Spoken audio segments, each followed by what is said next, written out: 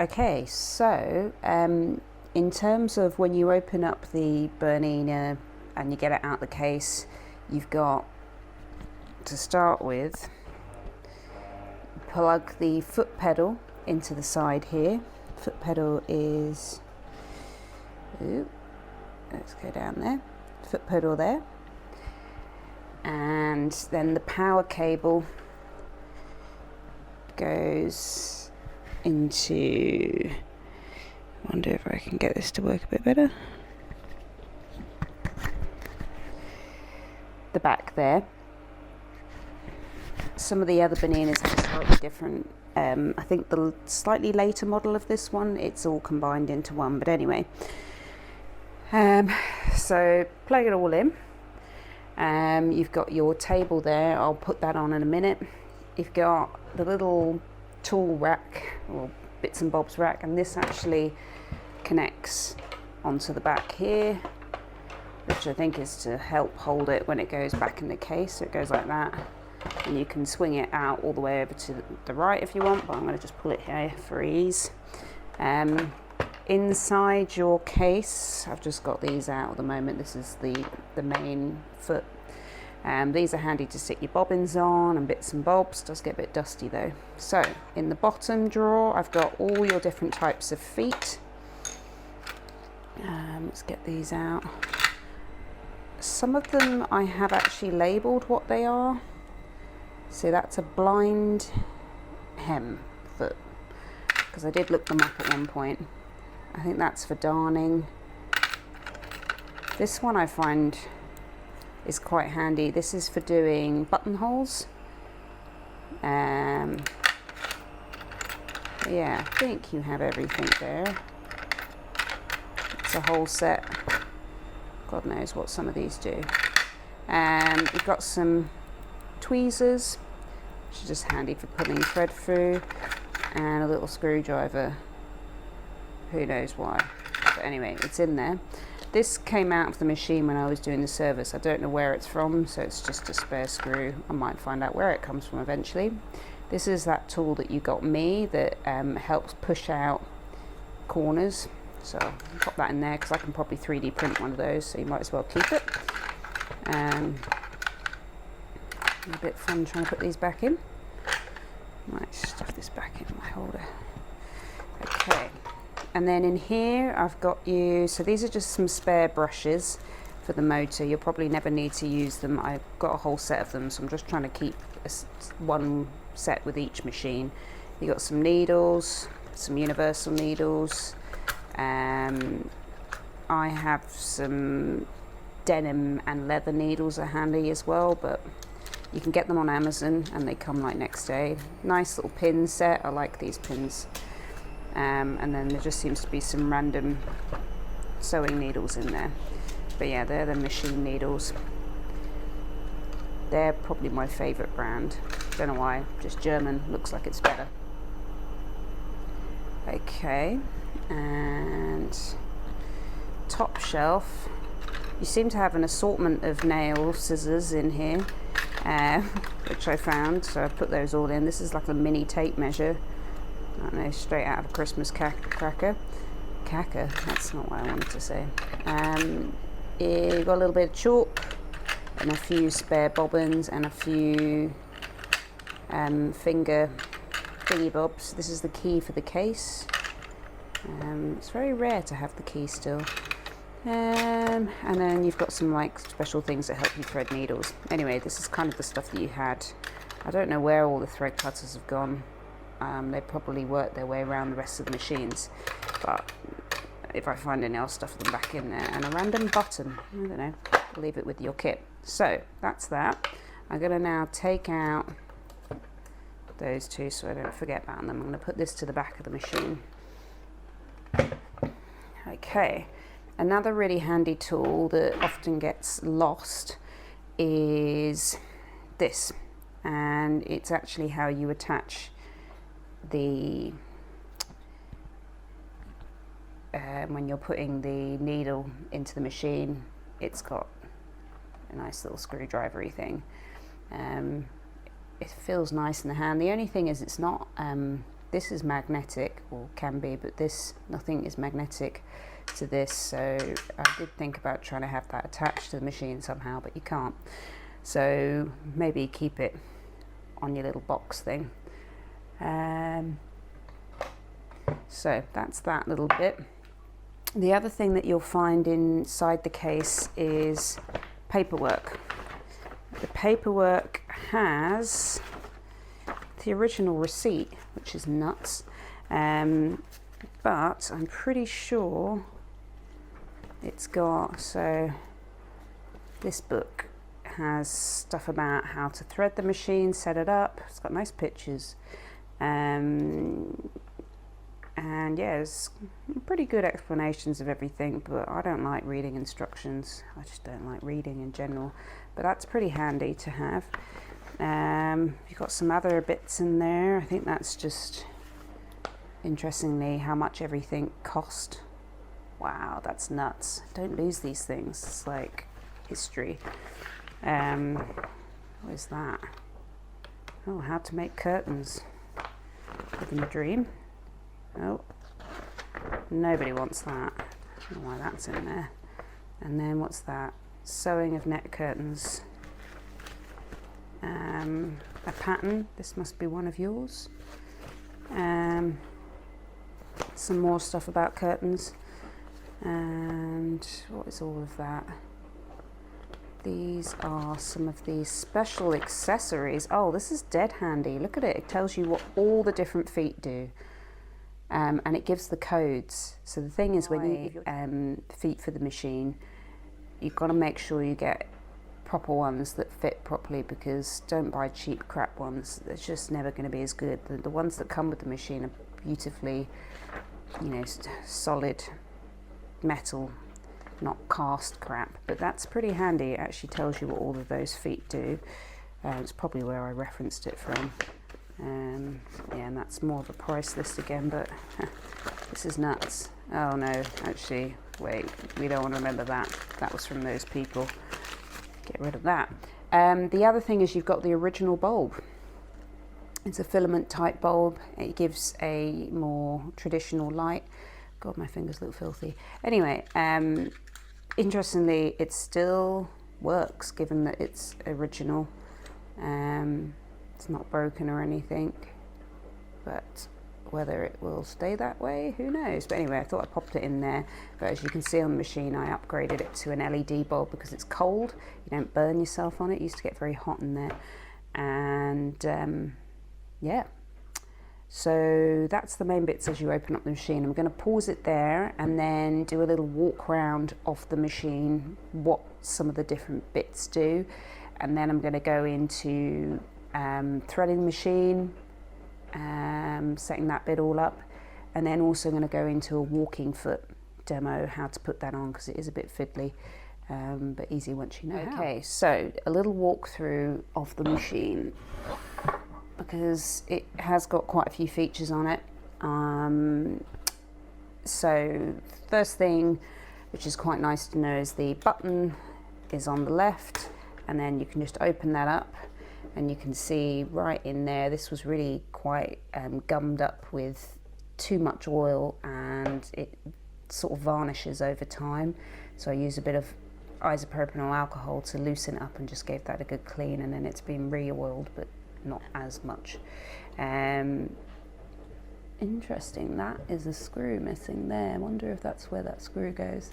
Anyway, and yeah, if you want to open up the top of the machine, you just pop up that bit and then you can have a look inside.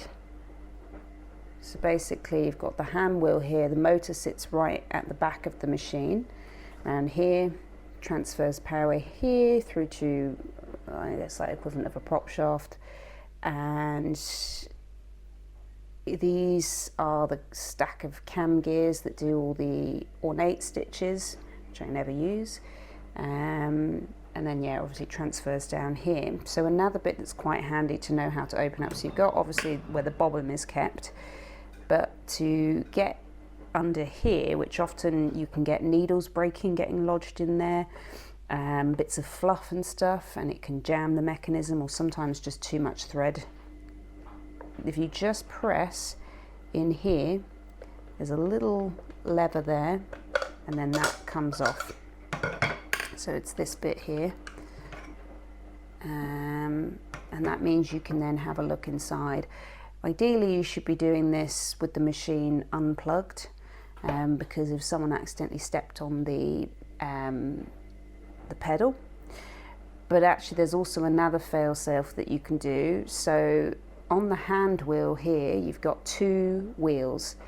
This one is to, hand do the lever up and down, but this one actually disengages the motor from the main prop shaft. So it's meant to be used for when you're threading bobbins, which I'll show you later. But actually, so if I show you this, at the moment everything is going through, but if you, and I'll pop this in here, if you turn anti-clockwise about 45 degrees, oh, it doesn't quite want to do it, you will see that now nothing is moving but that. And that can be quite a handy thing to just make you feel a bit safer if you are a bit lazy like me and you don't want to unplug the machine. But if you do that anti-clockwise, and then to re-engage it, you just do it clockwise 45 degrees. It doesn't have to be too tight, and now it's going again. So just because I'm fiddling with the machine, and in case I accidentally put my foot on the pedal, I'm going to disengage the motor. So back down here, so you've got the dog feet here which lift up and down to pull the material through. They can get a bit gunky. There should be a little brush in your set, but I can't remember if I saw it. But just a little brush is quite handy, or a toothbrush or something to get in there and give it a little clean out. This is your bobbin holder. Don't ever lose these. They are, really nice quality, the original ones. If you ever want to get in here, there's a little catch down here that you push in and it releases, and this can come out, and you can also give a little clean in there, which is also a good idea to do. Sometimes I've had needles break off and they end up down here or in the mechanism in here, and it's just not very nice. I remember when I first took this machine apart, I found quite a few in there. I'm talking like 10. So a magnet's quite handy to pull them out as well. I'm sure Dad will have a little magnet. And then to put this back in, so you can see how this works. I think what it does is it throws thread up and then catches thread that comes down, so it's constantly doing this. I think that's what it does anyway. So that pops back in there, and you have to kind of keep it in place and then pop that in, and there's a little catch there that just catches again. You just got to feel that click and you know that it's in. So yeah, you can pop that back on again, and that goes in nicely. Pop that down. So that's the first bits of the mechanics of the machine. Now I'm going to go into the different knobs and things and functions, as much as I know. Some of them I don't know how they work. Okay, so first off, you've got, let's go for these dials to start with. So this dial adjusts the width of a zigzag movement, and if I actually pop, might be easier to see when I've got a needle in. I will show you how to needle and put the foot on the machine in another video, so you can refer back to it easily, but it's just easier to see what it does with it actually in place. So to see how the needle is moving left to right there, so over to the far left of this latch, it means that you are doing a straight stitch. Over to the far right, I guess it's a 4mm width zigzag movement that will occur. In the middle, 2mm. So let me show you that as the machine goes. Oh, I'm still disengaged. Let's re-engage the motor. I'm going to turn down the speed, so that I forgot to mention there's a switch to the back right of the motor housing. Up is fast, down is slow speed. There's just a little switch there. So I'm going to do slow so you can actually see what's happening. So you see how it's moving side to side, the needle? If I move this over to the far left, it's just going up and down. If I go right over to the far right, it's doing a quite wide jump over. So that changes the zigzag depth. This changes the position of the needle. I don't know if you can see that there. You see how the needle is switching right to left. I think there is a reason why you might want that, maybe for when you're doing like buttonholes or something. There is another manual for the machine. Well, actually it might be in that book that you've got, and it tells you step for step with pictures how to do buttonholes and stuff. And I think you do have to like shunt it over to one side and do stuff like disengage the dog feet and stuff. Anyway, just read the book. I can't remember how to do it myself. So I tend to have it set at 2, and that puts the needle kind of in the center of the presser foot. So that's that bit. This knob here, you can unscrew it and it gives you more movement, or as you screw it up, you see how it's moving itself up. So I guess that means it's a tighter restriction of movement there. What this does is it changes the stitch length in a forward motion, as opposed to this was changing the stitch width in a left to right motion. So if you go right up, that will do reverse, and it can actually go further up and it will be a more aggressive reverse, I guess, but you only really need it to be a little bit. So I don't know if you can really see that on this, but the dog feet will be going in the opposite way, so it pulls the fabric backwards. And then as you go down, so 0 would be going nowhere, so it wouldn't go forward at all. And then you've got 1 millimeter, 2 millimeter, 3 millimeter, 4 millimeter of how wide your steps are on the stitching. I tend to hang around 2, and I have enough. I kind of like dialing it into 2, so I know when I go down it will stick on 2, and then I do reverse that way. So yeah, that's what I like doing. Can't remember what this does, and I can't remember what these do, but it is something to do with buttonholes. That looks like a buttonhole to me. I don't know what that is. Who knows? The other bits are this engages or disengages the dog feet. So if you were darning, you wouldn't want the material to be pulled away from you if you keep going over the same area, or you embroidery, you do that as well. So to the left is to disengage the dog feet. To the right is when you're just doing normal stitches, and I don't know if that will show it there. Yeah, so I don't know if you saw there, the feet are now not engaged. Go to the right, they are engaged. So that, and interestingly, that can gum up. I had that do that on the machine, my other one, yesterday, and it's easily fixed. You just have to lubricate. There's a pin that runs through here that engages it. Some other bits on the machine. Let's go further up the top. So we've already talked about the hand wheel, and then the center one that engages or disengages the motor. Up here is in relation to the decorative stitches. If you want to use decorative stitches, you need to flick this up, and then you can engage all the different stitch types. Don't ask me what that means, but anyway. And then if you want to go back to normal stitching, go back down to the bottom and then go down to zigzag. That's why I understand it. This is your marker for when you're doing decorative stitching. You can come back to the same place you finished, so you end up with a consistent pattern. And if I show you how it moves, you see how it's swaying side to side, so that when you are doing the decorative stitch, if you wanted to stop there, and hopefully then you could start again at the same point. This bit here is the thread tensioner.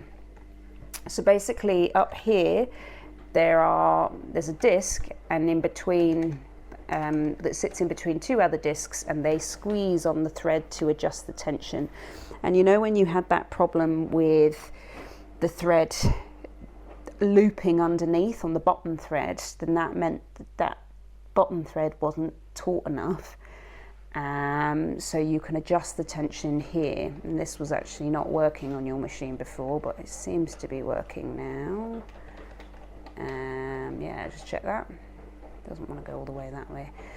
Anyway, there are some really good YouTube videos, not YouTube videos, there probably are, actually Google images that just show you pictures of what is wrong with your thread tension and which way to adjust this wheel. But what I do is, if you're using different types of fabrics of different thickness and stuff, you will tension because there's a bigger space that the thread has to go through, or a thinner space. So what I tend to do is get a bit of spare bit of that material and just start sewing through it, and then adjust the tension either way, and then just have a little peek as you're going along. So stop and have a little peek, lift it up, and then if I'm like, oh, that looks shit, which way did I go? Okay, go the other way, and just gently dial it in. But generally I find it kind of sits all right around the middle on these machines, but it is a nice thing to know, because you'll get really frustrated and you won't know why it's not working.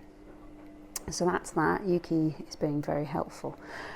To the back of the machine you have, these are for holding your thread, and then this is the leather that lifts the foot up and down, and then this is a little hook that is part of the threading the machine. This bit is pretty funky, and I'm actually going to do this as a separate video next to show you how to thread a bobbin.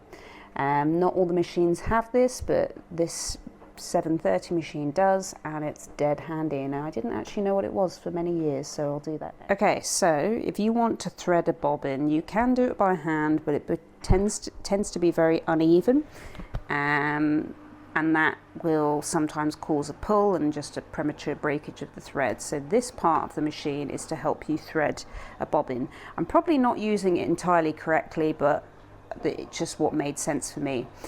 The first thing you're going to need to do is disengage the motor from the main machine, otherwise your needle will go up and down, and there's just a risk that potentially you could put your fingers in it or something. So that's disengaging there. Remember, anti-clockwise 45 degrees. This arm swings out, and then you put your little bobbin on there. Always use metal bobbins with the machine, and they are a certain type that fit. I'm going to give you a whole load of bobbins anyway, in this really handy, I like these things. They're just really nice because they fit in nicely, so I'll give you a whole load of those. We've got loads. So I'm going to use green thread because I think it will be easier to see. I don't think it really matters which way it comes off the spool there, and this is the way I do it. It could be wrong, but I thread it this way. Interestingly, on another machine it had an arrow going the other way, but whatever.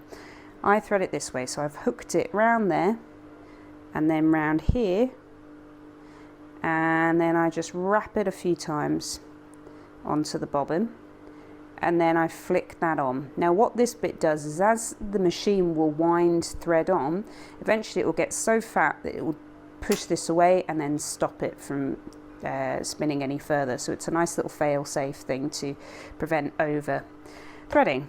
So I might just show you that again. So you take the thread, wrap it around the arm that way, and then it comes that way, kind of like a Z shape. And then it doesn't really matter, I don't think, which way you do this, as long as you've got enough tension on there so it doesn't just unthread itself straight away. What's happening now? Oh yeah, I haven't put this on. Oh, I did thread it the wrong way, but anyway, it has done it enough to grab the thread and continue spooling. Another thing that I do is, you can see this wobbles around a bit. What I can do if I want to go faster, I just gently put my finger on it, and then I can go quite fast. We can actually even turn the motor on super fast.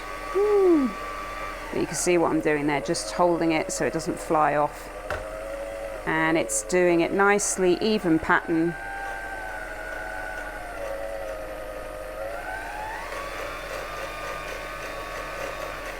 to swap fingers so I don't burn my finger off. And eventually it will disengage when it's ready.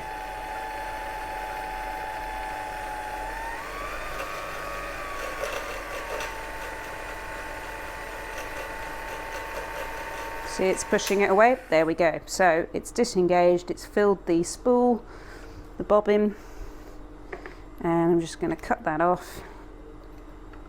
Take this off. Okay, it's not as nice as I would like it to have been. I think sometimes you can pull the tension a bit more, but it will be fine. And then pop that way, leave this disengaged, otherwise it will keep trying to spin there.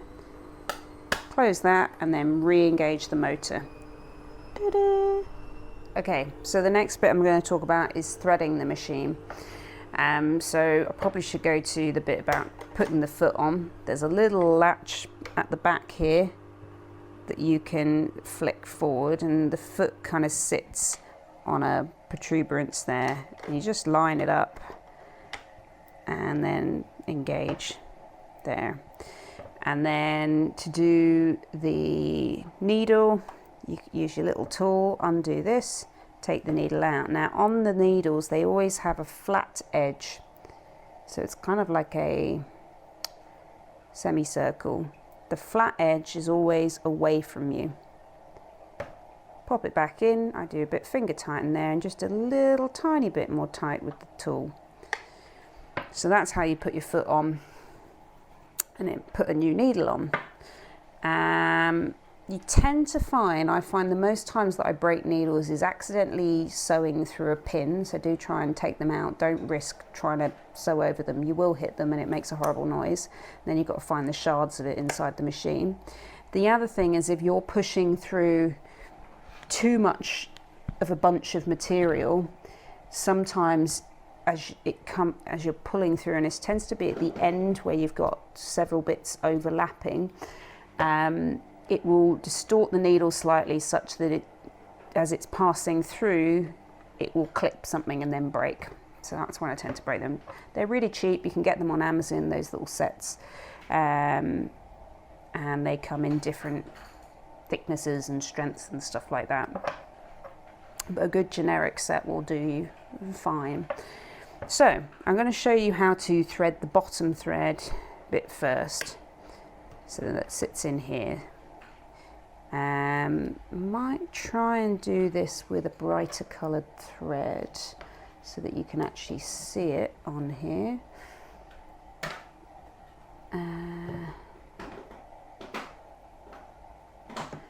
Sorry, Yuki is putting his paw all over my phone. Right, so let's use this green thread that we just spooled up anyway.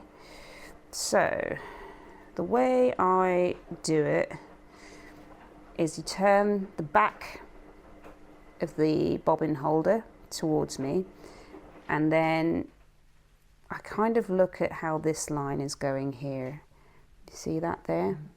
And it reminds me which way the thread needs to go, because if I put this in that way, it ain't gonna work. But I always do it this way so that the thread is loose to the left anyway. But to me it looks like it's going to pull through there nicely, and that's the direction that you want it to go. You don't want it to be the other way around. It has to be that way. I don't know how, I just remember it just becomes second nature, but that's what I always look at. So I don't know if you can see that. See? That's the way that it wants to pull, and you're popping it in there. So you slide it in and then pull it. Oh, bollocks. This might not be the best quality thread. Let's try again. All right, there you go. And then I just pull it between those little teeth. So it sits there. And then I'm going to just trim that edge because it is a nightmare trying to thread a torn end. It then goes up through this hole. Oh, lighting is key. There we go. I never used to do that, but apparently that is something you need to do. Right. So, and then once that's in, you kind of center that up so it's about 12 o'clock, and then you'll find the little prong that will engage, and then that final push, and it's in. And you can leave as much as you want loose in there and close that up. And then you've got to do the top thread. So I've got more of that green up here.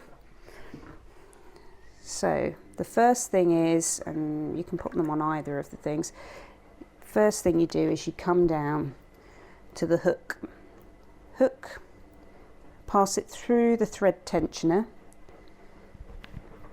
down, and there's another hook, and then through this. Sometimes you have to move this arm with the hand wheel. I'll show you that. Sometimes you have to move that arm to see there, it's too hard to get to it, but I just raise it, and that hooks down there.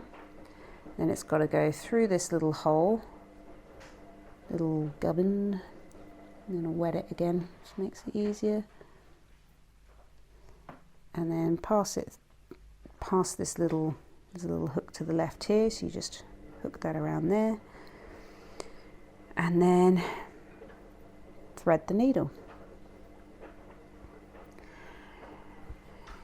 Yuki, what are you doing? So to show you again, you do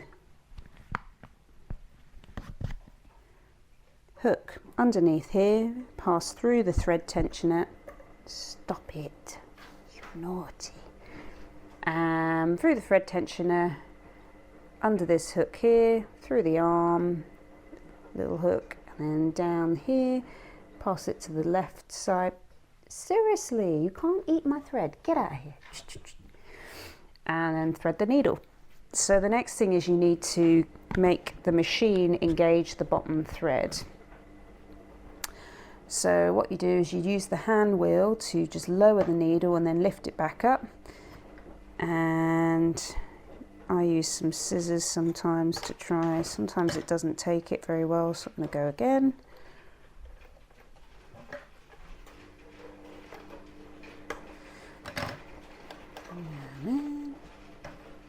There we go, it's pulled it, got it. There's probably a better method to doing that, but that's how I do it.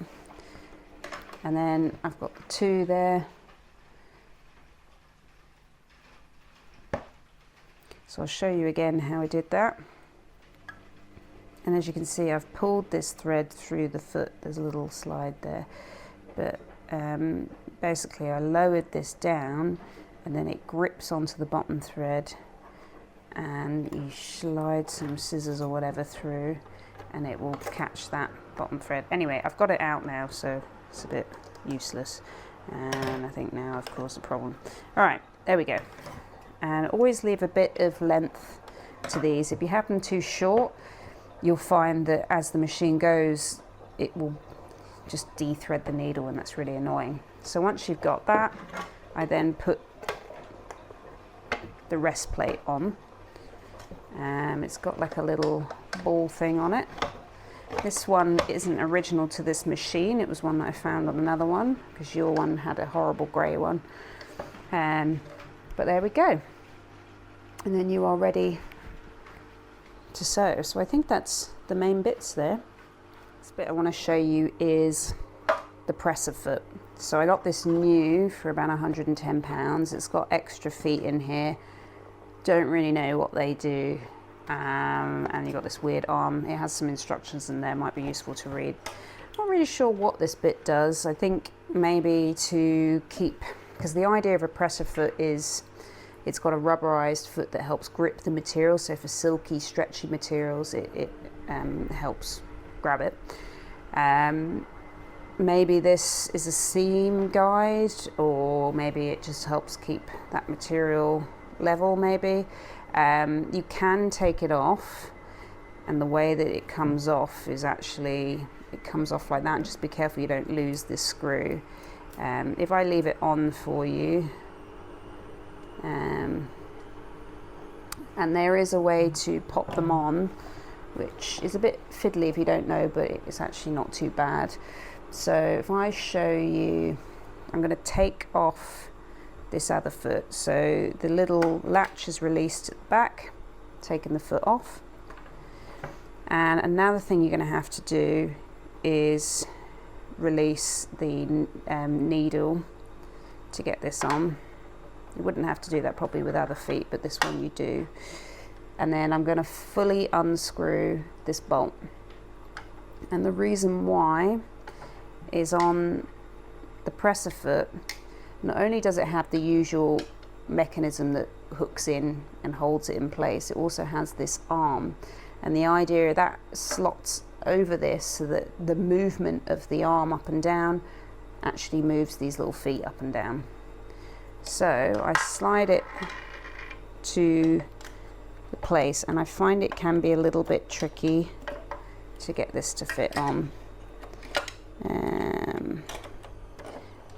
What I might do, yeah, hang on, is it going to do that way? Yeah, so I don't know if I show you that there. I've kind of tilted it that way, and then that gives me enough space to actually get it in. And I'm going to rotate it now, and it's up in there. I'm going to hook it down,